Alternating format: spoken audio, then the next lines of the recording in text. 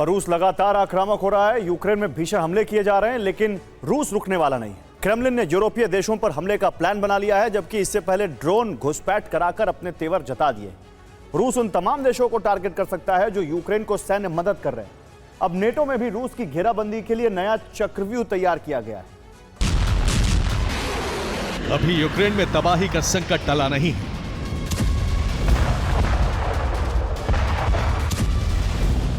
बल्कि बर्बादी विकराल रूप में आ चुकी है।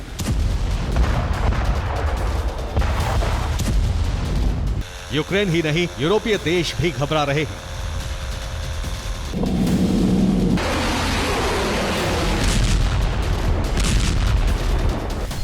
क्योंकि यूरोप में विध्वंस का दूसरा चरण आरंभ हो चुका है। पहले चरण में सिर्फ यूक्रेन टारगेट पर था, लेकिन अब यूरोपीय देशों पर हमले हो सकते हैं, खासतौर से वो देश जो यूक्रेन की सहायता कर रहे हैं। पुतिन ने अल्टीमेटम जारी कर दिया है, यूक्रेन की सहायता बंद नहीं हुई तो रूस कहीं भी हमला करने के लिए स्वतंत्र है।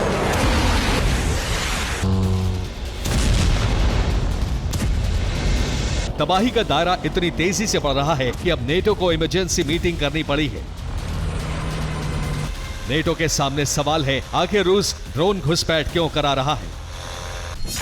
आखिर रूस की ड्रोन घुसपैठ की वजह क्या है? TV9 भारतवर्ष के पास एक्सक्लूसिव ब्लूप्रिंट है, जिसमें ड्रोन घुसपैठ की थ्योरी डिकोड की गई है। दरअसल रूस ड्रोन भेजकर यूरोपीय देशों की सुरक्षा इंतजाम जांच रहा है। रूस ड्रोन से जासूसी कराकर हथियारों की जानकारी ले रहा है। ड्रोन पहुंचने से रूस रिएक्शन टाइम जांच रहा है। दरअसल रूस लंबे युद्ध की तैयारी में जुटा है। इसका सीधा अर्थ है रूस यूक्रेन के खात्मे के बाद अगले टारगेट भी फिक्स कर चुका है कि उसे कहां पर हमला करना है।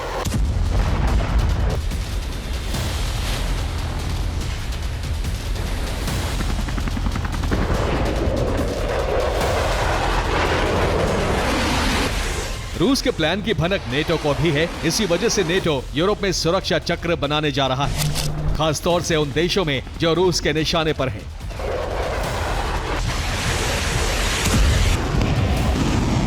इसी वजह से यूक्रेन को हथियार सप्लाई रोककर दूसरे देशों में की जा रही है, जिससे रूस को हमले का वक्त ना मिल पाए। लेकिन रूस लगातार ड्रोन भेज रहा है, जिससे नेटो देशों की नींद उड़ी हुई है। बाल्टिक देश एस्टोनिया, लातविया और लिथुआनिया, उससे आगे नॉर्डिक देश फिनलैंड, डेनमार्क, जबकि पोलैंड के बाद जर्मनी, स्लोवाकिया, रोमानिया, मोल्दोवा में भी ड्रोन घुसे हैं। हालांकि कई देशों ने ड्रोन को मार गिराने का आदेश दिया हुआ है। कई जगह ड्रोन इंटरसेप्ट भी किए गए हैं। रूस लगातार आगे बढ़ रहा है। दिसंबर की शुरुआत में यूक्रेन सरेंडर का प्लान बनाया है, जिसके बाद तबाही का अगला चरण आरंभ हो जाएगा।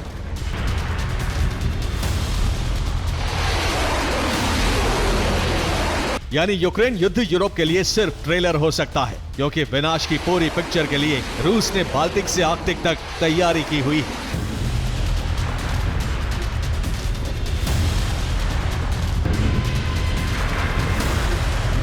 जहां न्यूक्लियर मिसाइल और न्यूक्लियर सबमरीन वॉर रेडी हैं, बस एक फरमान पर बड़ा विनाश ला सकती हैं। रूस के तेवर बता रहे हैं कि वो रुकने वाला नहीं। पिछले कुछ तारीखों में रूस ने कई ऐसे कदम उठाए हैं जिससे पुतिन के इरादों की भनक मिल रही है। 17 नवंबर रोमानिया के पोर्ट पर खड़े ऑयल टैंकर पर गिरा ड्रोन। 16 नवंबर पोलैंड की रेलवे लाइन पर ड्रोन अटैक, जिससे यूक्रेन को हथियार सप्लाई होते थे। 28 अक्टूबर बाल्टिक देश एस्टोनिया में ड्रोन घुसपैठ। 27 अक्टूबर बाल्टिक देश लिथुआनिया में रूसी बलून घुसे। 3 अक्टूबर डेनमार्क के एयरपोर्ट के पास कई रूसी ड्रोन पहुंचे। इसके अलावा कई और यूरोपीय देशों में ड्रोन घुस चुके हैं,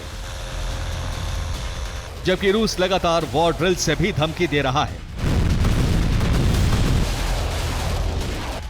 खासतौर से ज़पाड ड्रिल के दौरान रूस ने बेलारूस और कैलिनिनग्राद में परमाणु मिसाइल दागकर बड़े खतरे का अलार्म बजा दिया है।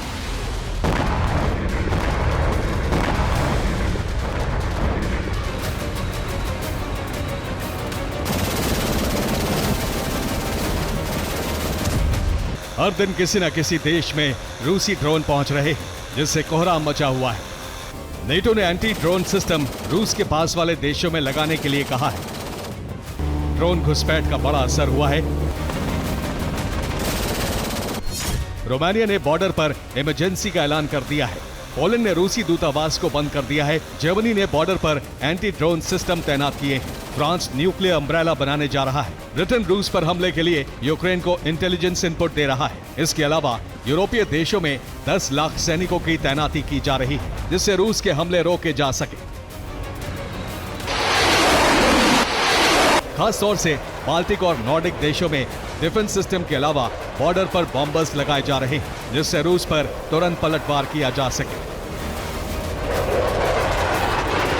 इसके अलावा जंग की तैयारी के लिए यूरोपीय देश मिलिट्री शेंगेन बनाने जा रहे हैं। अभी तक सिर्फ पर्यटकों को शेंगेन वीजा जारी किया जाता था, जिसमें 27 देशों में एक ही वीजा पर यात्रा की जा सकती है।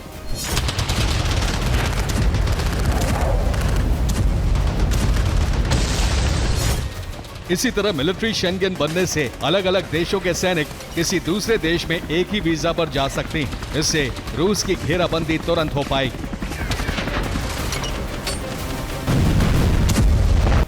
रूस की घेराबंदी के लिए नेटो ने प्लान बना लिया है, जिसमें रूस पर प्रहार करने के लिए करीब 10 लाख सैनिक तैयार हैं। ब्रिटेन के पास 2,20,000 सैनिक हैं और 230 टैंक।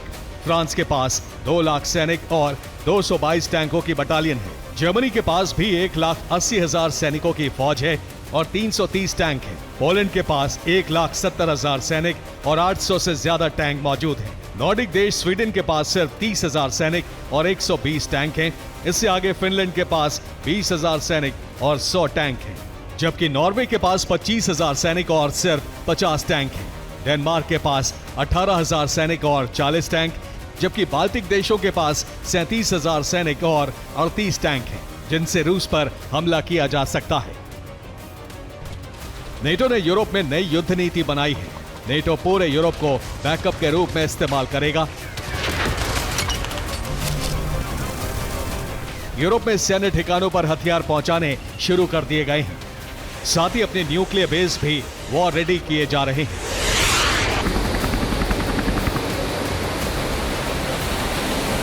अमेरिका, ब्रिटेन और फ्रांस रूस को जल थल नभ से घेरने की तैयारी में है। अगर युद्ध हुआ तो रूस पर एक साथ तीनों फ्रंट से हमले किए जाएंगे, जिसके लिए अमेरिका मिसाइल और फाइटर जेट का इस्तेमाल करेगा।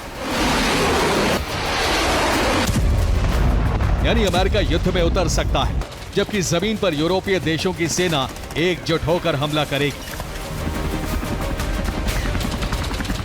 जिससे रूस चक्रव्यूह में फंस जाए और अमेरिका ब्रिटेन और फ्रांस के साथ मिलकर रूस के अहम ठिकानों को तबाह कर सके।